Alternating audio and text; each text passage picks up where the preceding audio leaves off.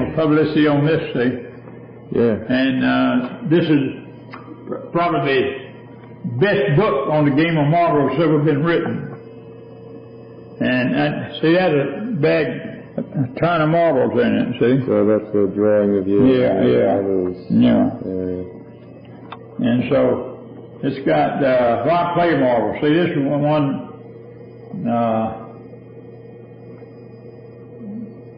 This is the best book probably that's ever been written on the game of marbles. Yeah, so you write the kind of comprehensive description of the game of marbles, and with all the diagrams and everything to describe how the game works. Wow. And then you get back here, and this had the tournaments. All right, so it's organising the tournament. Yeah. I think at one stage in the 1980s you were planning to kind of create some kind of order of the sphere with giant spheres in which marble tournaments will be played. So, what was that all about? Was that the kind of world tournament idea? Well, there's a national tournament already, and they had a world tournament in England every year. Yeah. And this is a national marbles tournament. It's Wildwood, New Jersey, see? Okay, so that was the USA national marbles. Yeah. And there's a world championship. Tennessee Green, Sussex, England. See? And so, these 4 American boys went over there and won the world championship. Oh, wow. Okay. And I knew these guys, and I knew the coach that took them over there from Pittsburgh. Oh, okay. Yeah, I knew everybody in there. But see, this in the bar, they had this was the national British champion. I see. And but the Americans won it, and so it was because this would be the biggest play game of skill in the world. Right, so how does the game of marbles relate to the time cube? How does it relate to the kind of natural harmony? Well, because the circle is the embodiment, like the egg. Yeah. And the circle has no value until it's divided. Yeah. It's divided when the 2 players represent the opposite spirits put the marbles in. Both of them put the marbles in there, which is the parallel universe. Yeah. And so therefore they're dividing the circle into 4 parts, or 2 parts, or 4 parts. Yeah. See, and the light and the marbles represent the cells. Yeah. And the light is the action. Yeah. And when all the cells are knocked out of the circle, then that's death. And then the 2 spirits pick up their cells and go create new life somewhere else by drawing a body, embodiment. Exactly. So it kind of represents a kind of dynamic, it's kind of spontaneous representation of the time cube geometry. Yeah.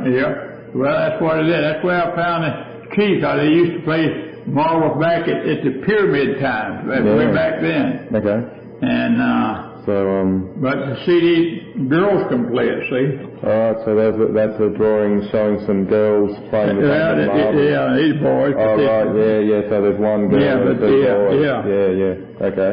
And so, but it's a learning process. They learn how to barter and trade. Yeah, okay. See? Okay. And I organized the World Professional Marble Players Association. Yeah. But I got some T-shirts somewhere with it on there. But I had to drop it and work on my time cube stuff.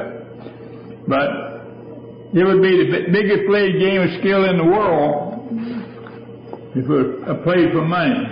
Yeah. And so you can see I can get published, except they won't give me publicity on my time cube. Yeah. Exactly. I used to get it. Yeah. On TV and everything all the time. Yeah, exactly.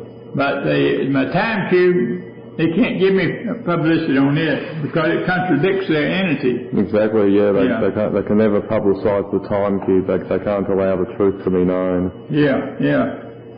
And so, but see, I know how to publish a book, but you're pretty smart in this reading, but hey, I got 80 years. Yeah. You just 20. You just starting out. Yeah. But you can learn a hell of a lot of stuff that you don't have to go through by listening to me. Right, yeah. See? So, see, that's one of the great books right there explaining to you how to play marbles. Yeah. And so do you think I can examine that book in the newspaper articles and kind of photograph all of that? Because that looks like it would be a good thing to photograph, you know, all the marbles. Yeah, see, that's just like the four corners of the pyramid, or your 2 hands and 2 feet. Right. You got these represent the 4 little fingers, and the thumb represents all 4. Yeah. See, the cornerstone, but your fingers represent the 4 here. See, everything is cubic. See. Yeah. And everything has a. But anyhow, that's what it's on. And see, all the people I talk to, explain it to, they understand it. Yeah. But see, academia won't allow it. Just like they told that pilot, they said, shut your mouth or you lose your license. Yeah. They running. That's what's running the country, running the world. Yeah. See, it's just oneism. In other words, you can, with your opposite brain and everything, and you can think like a god. Yeah. Okay. As long as you don't believe in one, O-N-E. Yeah.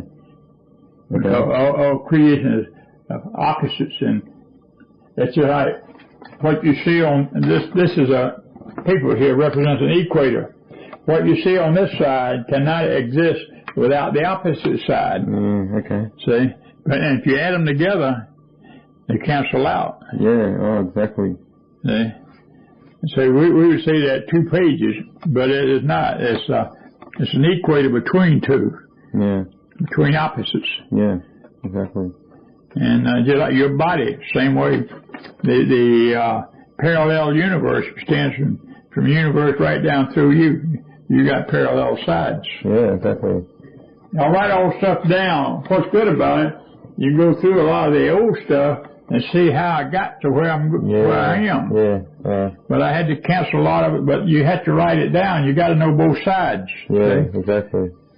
And so, because you got to argue, you got to know what they're arguing. Like, for you to disprove the time cube, you have to prove it.